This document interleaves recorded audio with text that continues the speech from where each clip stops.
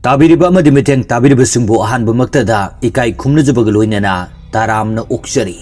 Ngasi amuk pumna makidamakta pujarakliba yamna nungairagadaba film asi Baby John hariba film aduni. Baby John hariba film asi 2024 gi December 25 ta release tawkiba yamna nauriba action drama amasung thriller the base tawa film amani. Film asigi rating sing adudi IMDb da 10 gi manungda 6.8 fangi. Aduga Google user singna 82% like toraba miyamna yamna pamnariba adugumlaba film amani. Ngasigi film asida maruwaina saktam langliba sing adudi Barun Dhawan, Kirti Suresh, Wamika Gabi, Salman Khan amasung Jackie Shroff makhoi sing asini. Adudi mayam yamna koithuktana film gi wari da lakjage ngasigi film asi mayam da paudam jaba matamda soi kiba amadi chithanantha hobu yawbu matamda tabiriba pumnamakna waro bidanaba haijari. Film asigi hobu sinda yamna tamthiba gunda singna nupi kayabu faduni yonthoknaba tawrami. Pawasi police inspector amana khanglakpadagi mafam aduda laktuna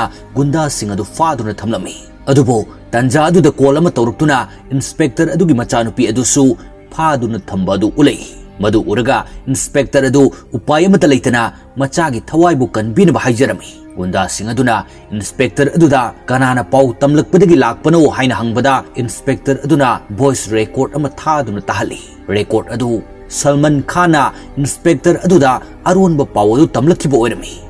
Gunda sing aduna inspector adubusu blackmail tawduna makhoina sizinarami. Mathangi sinda John amasung machanupi Khushi ulei. Mafam asida John machanupi Khushi amadi mamanaba Ramga punna leiminarami. Mafam asida makhoi yamna chamba punsi marel amada lei. Makhoina bakery ama chalaiduna yamna nungaina lerami. John machanupi Khushibu yamna nungsijai. Kusina su mapabu yamna nungsina khanjai. Adubo mapa asi mikithi amani haina su mahakna khanjai. John machanupibu school da numit khudingi thinbi. Adubo school yobadadi hekta thenki. Maram asina Kusina mapabu yamna sawi. Kusigi school da tara kaubi miss ama yawi. Miss aduna thengna lai haiduna sawbaga Kusina tawsinaduna wari liduna sawba hekta phali. Johna magi bakery da thabak tawbada Khushi school dagi lawba adu khara thengna lai. Madadu Khushina mapa da warauna baby ngasisu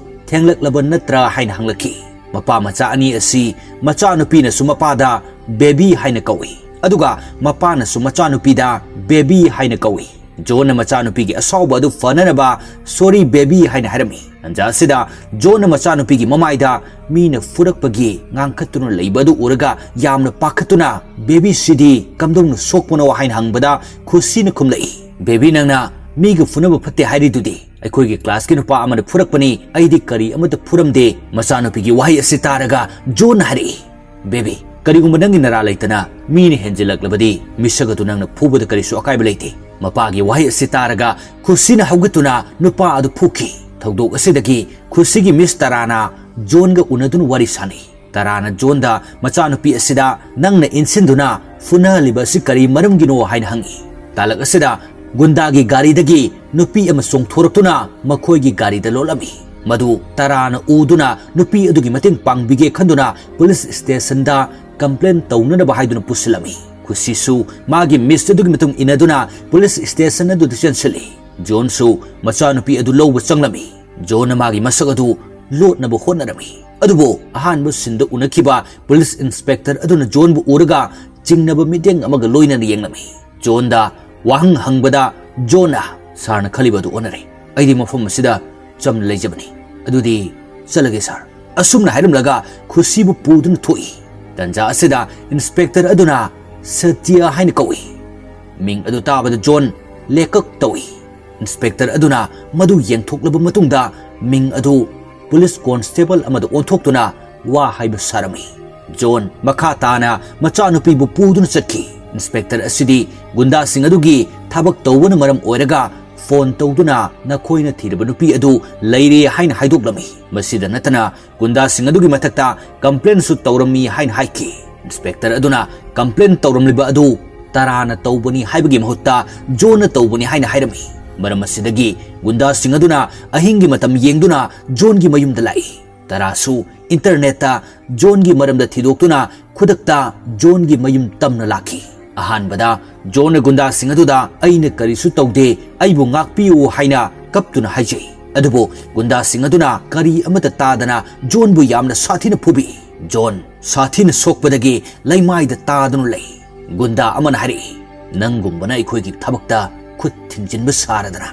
नंगना नरिल पालबदी नचानुपी असी कलु येंगे वाही असी तारगा zone पंथब तौदना गुंडा सिंह अदु यामना साथीना फुदुना हातोकलमी अदुगा असीबु गुंडा सिंह अदु रामगा लोइनना गारीदा हापतुना हुदोकलमी मधुदा असीबु हक्चांग अमा वाटली हाइदुना लाकपददी ताराना पुदुना चटखिबा ओइरमी मधु खंगलगा मखोइना ताराबु यामना सौरमी तारादी पुमनमक अदु फननब खंदुना तौखिबनी ताराना कन्ना हाइजदुना जोनगी वारी अदु रामदा हंगबदा रामना तारादा वारी लीबा हौरी चही तरुकी ममांगदा मुंबईगी पुलिस स्टेशनदा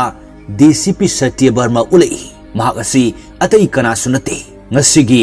जोन असिनी मतम असिदा DCP सत्य वर्मा असी अफब थबक तौबगी मियामना यामना पामनबु ऑफिसर अमा ओइरमी सत्य असी मयुमदा ममागा मखोई अनीता लेरकी ममाना सत्यबु लुहोंगनबा हाइदुना नुपी कया अमा येंगलमी नोंगमा सत्यना ममागा नुपी अमा येंगबु लाई नुपी अदु सत्यना पामबु वालमी अदुबो नुपी अदुना तोंगाना मखोई अनी खक्ता वारी सानबा पामी हाइदुना सत्यबु कौथोकलमी अदुगा सत्यगी अफबा वा कया हाइरबु मतुंगदा अहलसिंगना सिलिबा असि याबीरकनु अइगी नुंगसिनजबा लै हाइन हरकी वाही असे तारगा सत्यदी माना पामजबा अदु थुंगले खंदुन हराउजरमी असुमना लुहोंगबा असिसु यारमदे ममा मचा अनि गाड़ी तोंगदुना हलकपदा लंबीदा सोइनाइरबा अंगांगसिंगना पैसा निरकी अंगांगसिंगी मतौदु उरगा सत्यना अइनंगी मिंग चनबिके स्कूल तमगेरा असुमना हंगबदा अंगांग अदुना यामना कीना तमलोई पैसा ओइना पियो हाइना हरकी तंजा सिदा ममित नाम तांगलबी नुपी मचा अमना चेंसिलक्तुना पैसा निरिबा अंगांग अदुदा मितोक वारी सागनु नत्रदि नंग फुबिरनी हाइना हरकपदा सत्यना कनाना फुबिगदौरिबनो हाइना हंगबदा अंगांग सिंग अदुना करी अमता हाइदोरक्ते अदुबो हारिबा अंगांग सिंग अदु सोइनाई हंदुना पैसा निहलिबा मियोई अमना मदु उरगा अंगांग अदुदा फुरमई अदुगा सेतेदसु यामना साउना वा कया हरकी सेतेना गाड़ी अदु खरा थोरुक्तुना ममा अदु गाड़ीदा तोंगहलमलगा फत्तबा मीसिंग अदु तुमना फुदरमी अदुगा हॉस्पिटल अमुक पुरक्तुना लाइंग हलमी हॉस्पिटल असिदा असोकपसिंग अदु उरगा डॉक्टर नुपी अदुना कमदौना सोकलिबनो हाइना हंगबदा मखोइना पुलिसना फुबनी हाइबदगी डॉक्टर नुपी अदुना करिगी असुक थीना फुरिबनो अमुक्ता कौरउ हाइना रामद कहोलमी डॉक्टर नुपी असिगी ममिंग मीरा कौई डॉक्टर मीराना सत्यदा मीबु असुक थीना फुबा हौनबरा हाइदुना यामना साउना वा खरा हाइरमी मदुदा सत्यना खुमलई अइना मखोइदा तौरिबा सुमना मखोइना अपिकपा अंगांगसिंग तौरिबसिदी मसिदि चुमलिबरा असुमना हंगलमी तंजासिदा सोइनाइरबा अंगांगसिंग अदु सत्यगी मनाक्ता लाई अंगांगसिंग अदुगा सत्यगा यामना नुंगसिना वारी सानबा मतौ अदु डॉक्टर मीराना पुकनिंग हुना येंगजरमी सत्यना अंगांगसिंग अदुगी अवाट अपा येंगदुना लाइरिक तमहन्नबा सिंबिरमी थौतोक उसिदगी डॉक्टर मीरागा सत्यगा खंगनबा हौरकी असुमना मखोई अनि अयाम्बा मतमदा उनदुना लेमिनरमी मखोई अनि अमना अमबु थामोई सेंगना नुंगसिनरकी मथंगी सिंदा नना कौबा यामना साथीबु गुंडा अमा उलई ननागी मिंग ताबदा पुलिस MLA मिनिस्टर पुमनमक किनरमी नना हारिबा सिना असौ असंग पुमनमकपु मागी पॉकेटता हापतुना सिजननिंगबा मओंगदा सिजनरमी ननागी मचानुपा अमसु लेरमी मचानुपा असिसु यामना फतबा मिसक अमा ओई मतम पुमनमकता क्राइम तौदुना तलई नुपी मयाम अमा फादुना योलिबसिंग अदुसु ननागी मखादा पुमनमक तौबु ओइरमी मथंगी सिंदा सत्य अमसुंग मीरा यामना नुंगसिनरदुना सत्यना मीराबु ममागा उननबा हाइदुना मयुमदा पुरुना लाखी अहानबददी सत्य वखल यामना वजरमी मरमदी ममाना सत्यगी नुंगसिजबी मीराबु पामदे हाइना हाइरकपदगी अदुबो ममाना सत्यदा तौसिनबु ओइरमी हाइबदी सत्यगी ममानासु मीराबु यामना पामजरमी वारी असि सत्यना खंगलकपदा थामोई मका लामना हराउजरमी मथंगी सिंदा पुलिस स्टेशनदा सत्यना लैरिङैदा मतै मनाउ अनि माइथोंगदा अवाबना थलबा सकफमगा लोइनना लैबदु उरगा मखोइबु कौसिलमी सत्यना कैदौरे हाइना हंगबदा नुपा अदुदी मरोल थोक्तबना मागी नुपी अदुना कपना हरे साहेब अखोइगी इचा नुपी स्कूल चटखरगा हलक्तबा नुमित हुमनि सुरे पुलिस तसु कंप्लेन तौबदा लुपा लिसिंग 10 पुर उ हाइदुना पीखरे अदुगा मरोल अमत पिरक्ते अखोइना हंगबा चटलुरगना नसा नुपी अदु चेनखिबु ओइरमगनी हाइना हरे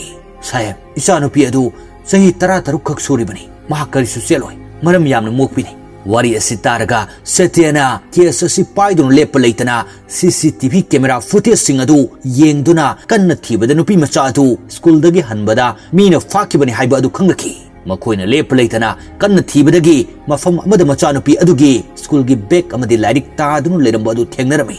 मदु उरगा सत्य वखल अमदा लेख्रे तंजा सिदा नुपी मचा अदुना यामना सोन कौदुना Chumna Chatap ngamdana tapna tapna laklami नुपी मचा अदु फत्रब मीसिंगना रेप तौरमलगा मई थादुना हातनबा सेम सादुना थमलमी सत्यना नुपी मचा अदु उरगा कन्न चेंसली अदुबो मई कन्न चालक्तुना नुपी मचा अदुसु मईना चाखी सत्यना मागी फुरित अदु लोथोक्तुना नुपी मचा अदु कोनसिंदुना कन्ननब कन्न होनजै अदुबो उपाय अमता लेखिदे नुपी मचा अदु अदुमक सीखी नुपी मचा अदुगी ममा मपा अनि अदु थामोय सोकना मचागी लाइरिक अदु कोंदुना कपलमी सत्यना मसिगी मतांगदा थिजनबदा थौदोक अदु नानागी मचा नुपा अदुना तौबनी हाइबा अदु खंगलकी सत्यना असेंगबा सिखंगबगा नानागी मयुमदा लाक्तुना मचा नुपा अदु हंगलमी मतमसिदा नानागी मचा नुपा अदु मिनिस्टर खलकपदगी मयाम तिंदुना लेरमी सत्यना लाक्पदु उरगा नानाना हरि इचा नुपा अदु नुमित हुमनीगी ममांगदगी उद्री मिनिस्टर खलकपगी पार्टी तौख्रिबो ओरमगनी नंगना महाकपु उरगा फागदब नते सेलुट तौगदबनी वाही असे तारगा सत्य यामना साउनिंगना मफम मसिदगी हंदुनु लाक्लगा लमहांग अमदा खामलमी सत्य वखल यामना नुंगाइरमदे अदुगा पेंदबा मतमसिगी अंगम अथौसिंगना तौरिबा असोयबा पावर असिगी मरमदा रामदा हाइरमी अदुगा रामदा सत्यना अमु हंगलई करिगुंबा नानागी मचानुपा अदु नमांगदा लेरबदी नंग करी तौबा ngamgani रामसु असाउबना थामोय अदु काइन हरि सर अइना करिगुंबा माबु थेंगनरबदी नुपी मचा अदुना वाना सिखिबा अदुमना अवाबा अदु पीरगा हातोकनी वाही असे तारगा सत्यना मनाक्ता चरु पैखलिबा अदुदा मकेट चुदुना मई थारमी मई अदु चाखलकपदा चरु मरक अदुदगी नानागी मचानुपा अदु मई चाक्तुना चेंथोरकी मसी उरगा अइखोइना खंगी मदुदी सत्यना नुमित हुमनिगी ममांगदगी नानागी मचानुपा अदु फादुना थमलकलगा कुइना लाक्नरबा मतुंगदा हाइबा चरु पैरिबा अदुदा थमलखिबनी असुमना सत्यना नुपी मचा अमा फतबसिंग अदुना हाटखिबा अदुमना मखोइसिंग अदु हाटखि नानागी मचा हाटपा असिदा सत्य करी अमता चेनरमदे अदुबो नानाना मचानुपा अदु तमथिना हाटखिबगी अवाबा खांगनिङै मिकुप असिदा सत्यना नचानुपा अदु अइना हाटपनी हाइन हाइदोक्लमी नानाना मचानुपा हाटपा असिगी लमन सोइदना खुंगनी हाइन वासक्लमी मथंग सिंदा सत्यना अमुक मीरागी फैमिलीगा उनदुना वारी सादुना याहनबा तारमी नोंमा मतम थानदुना मीराना मागी फैमिली पुदुना रेस्टोरेंट अमदा सत्यगा उनदुना वारी सानबा लाखी मीरागी मपाना सत्यबु मचानुपीगी मपुरोइबु ओइगे हाइबदु यारमदे अदुगा हारि नहाकी मरमदा अफबा नथौना फबगी मरमदा अइ तारे अदुबो पुलिस हाइबसी फत्तबसिंग येक्नबनी करिगुंबा अइगी इसाना मराइबक थेउरबदी अइ खांगबा ngamloi अदुना अइना नंगी वा अदु याद्रिबनी वाही असे तारगा सत्यना मीराबु थमोय सेंगना नुंगसिजबा अदु अमुक हाइदुना मीरागी मपाद कन्न हाइजरमी सत्यगी थमोय सेंगबदु उरगा पामद्रबसु मीरागी मपाना अरोइबददी मखोय अनिगी लुहोंगबा अदु यारखी असुमना मखोयना हराउना लेरिङैदा मफम मसिदा गुंदा मयाम अमा लाक्तुना नोंमै कापसिलखी सत्यना मखोय सिंग अदु सेफ ओइबा मफम अमदा चलहलगा गुंदा सिंग अदु यामना साथिना फुनदुना हातुक्लमी थौदोक्सिंग असि मीरागी मपाना उरगा मचानुपी अमदी फैमिली अदु पुन्ना मफम अदुदगी चटकी सत्यसु मीराबु खामननबा होनै अदुबु उपाय अमता लेखिदे थौदोक असि नानागी खुसल थौरांगनि हाइबा अदु सत्यना खंगलदुना नानागी मनाक्ता लाक्तुना नानाबु फादुना जेलदा थमलमी मयाम पुमनमक अदु नाना फादुना जेलदा थमखिबा अदुदा यामना ngaknarami नाना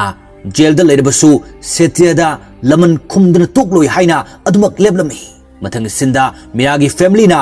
सत्यगा लुहोंगबदु याद्रे हाइदुना मीराना सत्यदा थामोय सोकना तमलमी अदुगा मीराना सत्यदा पुलिस ओइबा तोक्लो अइसु नंगबु नुंगसिबगिदमक युंगी मीना याद्रबसु यादना नंगा लुहोंगनी हाइना हरमी मदुदा सत्यना पुलिस ओइबा तोक्लो हाइबदु याबा ngamloi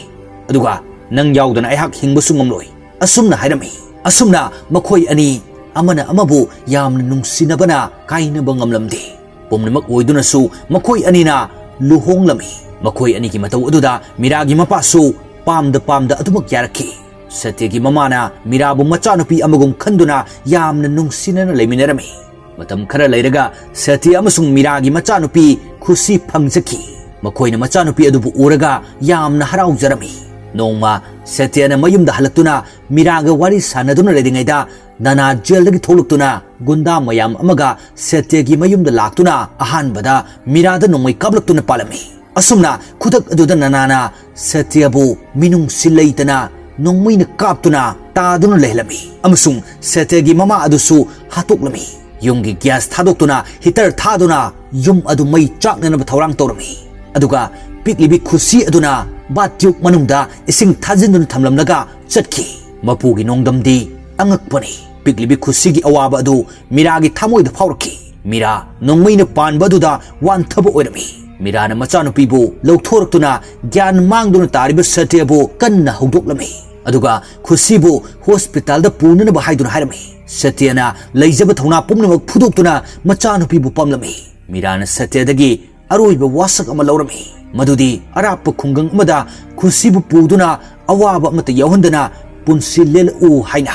असुमना हाइरमलगा मीरागी अरोइबा मिकुप ओइखी सत्यना खुशीबु पुदुना युम असिदगी यामना वाना थोलकी मखोइना थोलकपगा युम अदु यामना साथीना पोखाइरई थौदोक असिदगी सत्यसु सीख्रे हाइना मियामना खनकी मतंग असिदा रामना तरादा लीबो वारी अदु लोइसिली असुमना तराना वारी पुमनम अदु खंगदोकलमी तराना जोंदा वारी सिंग असि खुशीदा हाइरोई हाइना हाइरमी मथंगी नुमिता खुशीगी स्कूलगी पिकनिक चलमी जोन मचानुपी अदु बस अदुदा हाकलंबगा नानाना जोंद कॉल तौरई अदुगा हारई नंगे नचानुपीना तोंगलिबा बस अदु एक्सीडेंट तौरगनी वही असि हारकपगा बस अदु थोंग अमद एक्सीडेंट तौदुना इसिंगदा ताखी जोन पंथब तौदुना चलतुना बस द यावखिबा अंगांगसिंग अदु लोइना कलमी थौदोक उसिदगी जोन खले मदुदी सत्यगी सगलोन लौदुना खुदोंग थिरकदबा पुमनम असि सेंगदोक्त्रबदी असुमना येतपा असि ओइरक्लनी हाइना मरम असिना जोन हानगुमना सत्य ओंदुना पुलिस स्टेशन दा लाक्तमी अदुगा नानागी मतेंग पांकिबा पुलिस ऑफिसर अदु यामना साथीना हातोक्लमी बावसी नाना सुतारमी नानागी मनाव अमसु कंस्ट्रक्शन की थबक तौदुना लेरमी महांगना पैसा चानरबा होनबदा थबक सुबा मिसिंगी थवाई कया मांगहलमी बावसी सत्यना खंगलतुना कंस्ट्रक्शन मफम अदुदा लाक्तुना नानागी मनाव अदु हातोक्लमी नानाना सत्यबु हाननबा प्लान कया तौरमी सत्यना असुमना युमदगी थोकिबा तंजा येंगतुना नानागी गुंडा मयाम अमा थारकलमी राम अमसुंग तराना गुंडा सिंग अदु लाक्पा ngaidun लेरगा यामना साथीना फुनरमी कुइना फुनरबा मतुंगदा राम यामना साथीना सोकपदगी करी अमता तौबा ngamkhide मरमसिना गुंडा सिंग अदुना तरा अमसुंग खुशीबु फादुना पुखी नानाना खुशी अमसुंग तराबुसु अतै नुपी मयाम अदुगा कंटेनर दा हापतुना अतोपा कंट्री दा योंथोकनबा थौरांग तौरमी नानाना सत्यदा कॉल तौदुना हारई नंग नैगी इचा मदि इनावबु हाटखिबा अइना करमना कावगनी पुंखाय म मतम पिगे ngamlabadi nachanupiगी mathoi asikalo natrabadi atop country da nupi mayam asiga adumuk yaukhragani wai asitaraga satyana yamna thuna mafam adu thidun lakami aduga gunda mayam amaga phunarami adubo nanana satyabu phaduna makhongda yankatuna yamna sathina phurami satyana खुशी अमदी नुपी अतई सिंग अदु करंब container the यावरिबनो हाइबा अदु खंगलमदे अदुबो अरोइबद container अदु खंगतुना सत्यना अमुक गुंडा सिंग अदु फुदबा होरखी नानागी यामनु गुंडा सिंग अदु सत्यना यामना साथीना हातुकलमी सत्यना नानाबुसु यामना साथीना फुरमी अदुगा जहाज अदु खामदुना खुशी अमदी अतई नुपी सिंग अदु कंटेनर सिंगदगी लोइना लौथोकपिरमी खुशीना नानागी मनाक्ता चंगदुना हरि नंगना मरम होइदुना अइगी नुंगसिरब इमासु अइगा लेमिनबु फंगद्रे अइगी बोबोपुसु हातोकपिखरे अदुबो नंगना सोइख्रे हाइरबदी अइना ngakpigani सोइख्रे हायो असुमना फना यामना हाइरबसु नानादी सोइख्रे हाइबा अदु हायो हाइबा यारमदि मरम असिदगी नुपी मयाम अदुन योमसिलतुना नानाबो मफम अदुदा हातोकलमी असुमना सिनसिगी मतुंगदा यामना फजरबा सलमान खान की केमियो सिन अमा उलै एजेंट अमा ओइरमी मखोइना टीम अमा ओइदुना फत्तब मियोइ कयाबु लोइसिंदुना अवाबा तारबा नुपी कयाबु कनबिखि नुपी ललोनबद चेनबा अतोप कंट्रीगी फत्तब मियोइ सिंग अदु मखोइगी टीमना यामना साथीना फुदुना हातोकलमी अदुगा Nanagi mating panglamba police officer amasu hatoklammi. Asumna aroibada yamna fazarba cameo asiga loinaduna film asi loisinki. Ngasigi film asi yamna nauriba film oibana mayamda yamna samna tentakna wari asi lijabani. Film asigi thoidokpa ahenba nungaiba mahau adudi film asi yenglaga lawbiyo haina haijari. Mathangi nungaiba video da amok thengnaminarasi ngasigi oinadi matang asida tension jari.